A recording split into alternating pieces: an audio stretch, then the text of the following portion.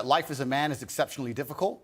I say the most beautiful and the most terrifying thing about being a man is you're born without value. Society doesn't care about you. You're only going to be cared about based on how useful you are. You have the chance to build yourself up and become a superhero if you're prepared to do the hard work and be indefatigable enough to never quit.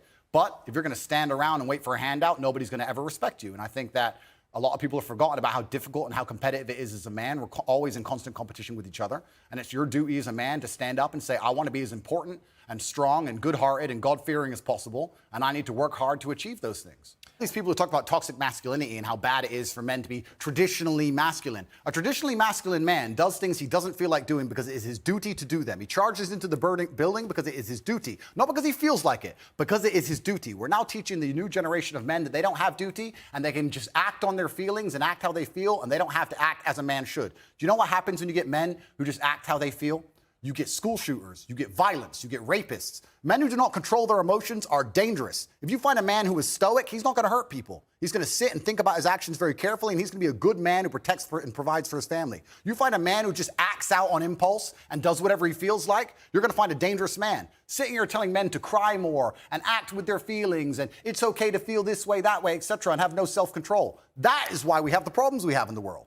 Absolutely and utterly wrong. So when they talk about toxic masculinity, they have it completely inversed on its head, completely and utterly wrong. We need to be teaching stoicism. We need to be teaching young men to understand that the world is very, very difficult. It's hard to be a man. You're going to feel bad sometimes. You need to suck it up and perform anyway. Not to sit there and cry your eyes out or blame other people. Tough being a woman too in modern society. It's certainly tough being a woman, but I'm not a woman, so why would I speak on issues I do not understand? I'm a man. You want to feel happy inside of yourself, and you want to feel content, and you want to feel stable inside of yourself. You need to live true to God. And I'm not saying you can't drink a little bit of alcohol or not party or not have a little bit of fun, but you have to be a good person. You have to balance life. You have to balance life. You have to be a good person overall. I know I'm a good person. And when the Matrix is trying to convince the world that I'm not, that just proves even further that I'm a good person. The world we now live in today, when the mass media machine is trying to tell you somebody is evil, you can know pretty well that that person's probably good, and vice versa.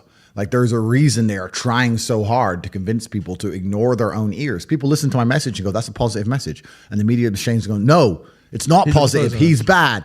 They're trying to brainwash you. Yeah.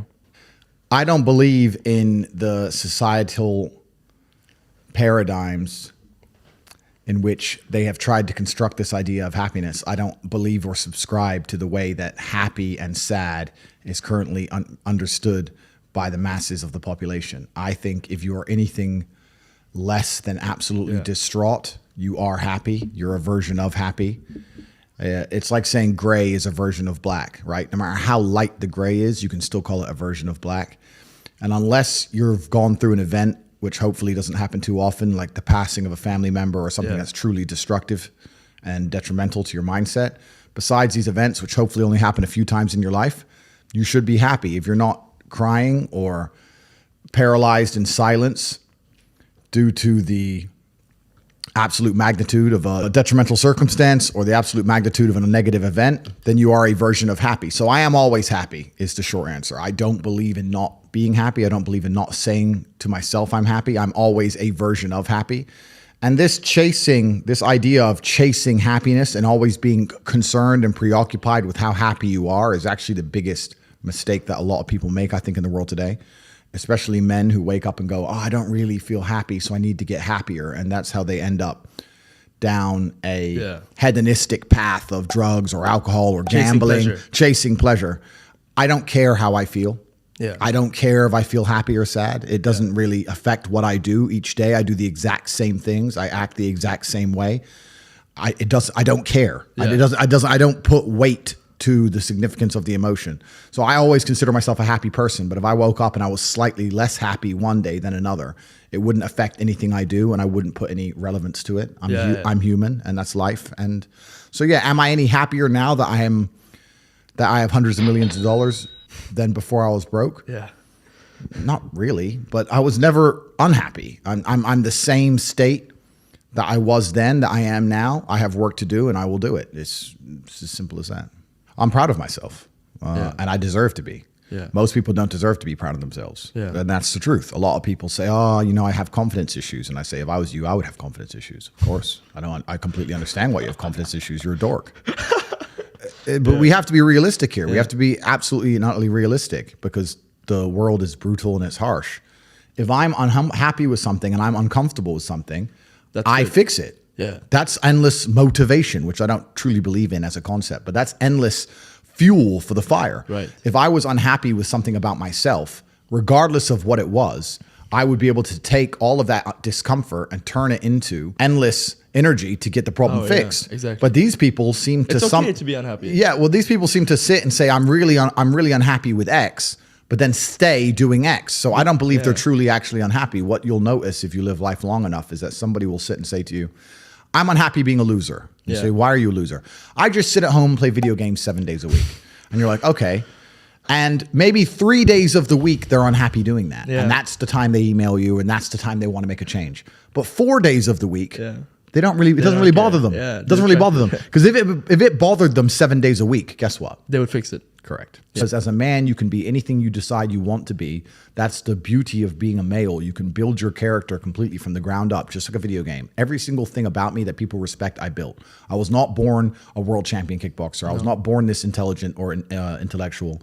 I was not born this rich. I was not born this strong. I was not born this confident. I was not born this interesting. I was not born this charismatic and humble and gorgeous and tall and strong and sexy. I was not born none of these things. I became these things myself. So I deserve all the spoils of war.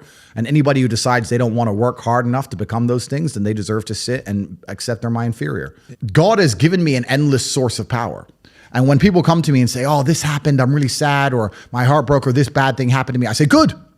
Thank the Lord that he's given you this endless source of motivation. You're wasting it. Yeah. That's your problem. But it's been given to you. Nitrous oxide has been given to you. You just have to use it in the correct way. So I'm the luckiest man in the world because all the bad things that happened to me have given me all the building blocks to become the most fantastic man on the face of the planet. Yeah. All I do is work. All I do is work. I don't know how else to say it to you. People meet me and they're like, I'm surprised. I thought you'd be like, I'm surprised how quiet you are and you're just working. Correct. I have a very, very large and vast empire across huge swaths of the world and different industries. And anything I've ever wanted, if I want a beautiful female or a Bugatti, another one, or $100 million or whatever, I'm going to get it via my phone. Yeah. So I work. That's who I am. It's what I do. In fact, a video just released on YouTube, and it was from here in Dubai. And it's 12 minutes long, and it was behion the scenes of Tate. And it's a camera guy. Yeah. Dubai, Tate in Dubai. Yeah, and there's one of the comments on there is, "Wow, Andrew's always on his phone." You're in the desert. You're on a table with like 5 girls, and you're literally sitting like this in that video. Correct. I work. If I'm awake, I work. From the second I'm awake, first thing I do is check my phone. And the last thing I do before I close my eyes, I'm on my phone. I am working. Yeah. That's all I do. And you run on like very low sleep hours, yeah? I probably sleep 4 to 5 hours a night. I don't necessarily recommend that. I know some people need more. It's actually interesting. I sleep like 4 to 5 hours a night, maybe average for like a week and a half, 2 weeks. And then I'll get to a point where I just need to sleep for like 15 hours. Wow. And I'll sleep a bunch and then I'm back. You catch up, yeah. And then I'll go to bed at 3. Reset. I'm back up at 8, go to bed at 4, up at 8. And then, but after a few weeks, I'm like, okay, I need like a day where I sleep. And I put my phone in airplane mode so that people, when they're messaging me, they know I'm not getting it. Because if they're coming through and I'm not replying, people panic. Yeah. That's how much I'm on my phone. Jesus, I'm on my phone so much that if messages are being delivered and I don't reply within 10 minutes, people start panicking. Is he okay? Have they got him? Have they got him yet? Christ. You know, because there's people trying to get me. So I have to put airplane mode, which doesn't really fix it. Because I guess if they do get me, it might be the day my phone gets busted. I don't know. But it's kind of a thing I do for the people who care about me. But yeah, I work. That's why no one's ever going to beat me. There's a whole bunch of other people and like gurus and self-help coaches and these people online. None of them have been through the things I've been through. Most of them are still kids. Like I don't even know how old you are, and I state I'm this. 20. Okay, 20, perfect. So I state this with absolute respect. You don't know shit about life till you're 30. You just don't. You haven't lived enough. Yeah. You can be smart, but you can't be wise. Yeah. Anybody who's taking advice from a 25-year-old on the internet, you're a dummy. Because at 25, I was stupid. That's why I'm not giving you advice. I'm interviewing you. Correct. But at 25, I was dumb. And I'm the smartest man on the planet. Yeah. So like if you're sitting here and you're watching some guy's videos and just Google his age. Don't listen to none of these people, right? They can have opinions. They can be entertaining. They can interview others. Yeah. They can give their insights. But also keep in mind, they are still young, right? As a man, it takes a long time. You have to go through a bunch of crap to learn things. Pain. Exactly. So nobody can outwork me. Nobody can outcompete me. Nobody has a network like mine. And we're talking about me doing 17 hours a day. I have thousands of people on my work schedule. Like I have 100 people who work for me directly. I have thousands of people inside the war room and 170,000 people inside of HU who, if I were to send them a message, would do it. People I know, how do you conquer the algorithm? How do you do this? How do you do that?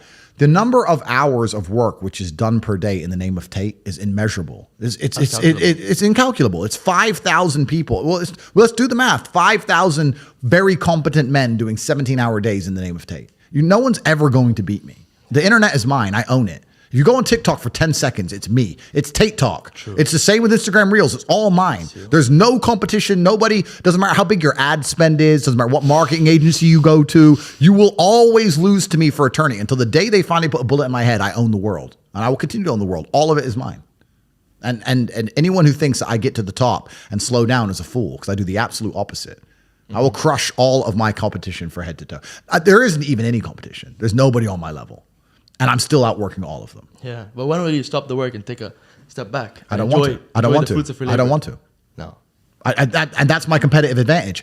I don't want to do that. The enjoyment for you is the work, not the... Completely. Other people are like, oh, I'm here now, so I can now go on holiday. I don't want to stop working. I don't want a holiday. I don't want to relax. And if I'm not on my phone, my brain is preoccupied and anxious about what's happening on my phone. So it's better to just be on it. Like, I don't want to relax. I don't want to stop. Ain't no rest for the wicked. No, I don't want to stop. That's why nobody will ever beat me, because all these other people, they want to take time out of their life. They're working to relax. They're working to relax, or they want to go on a date with that.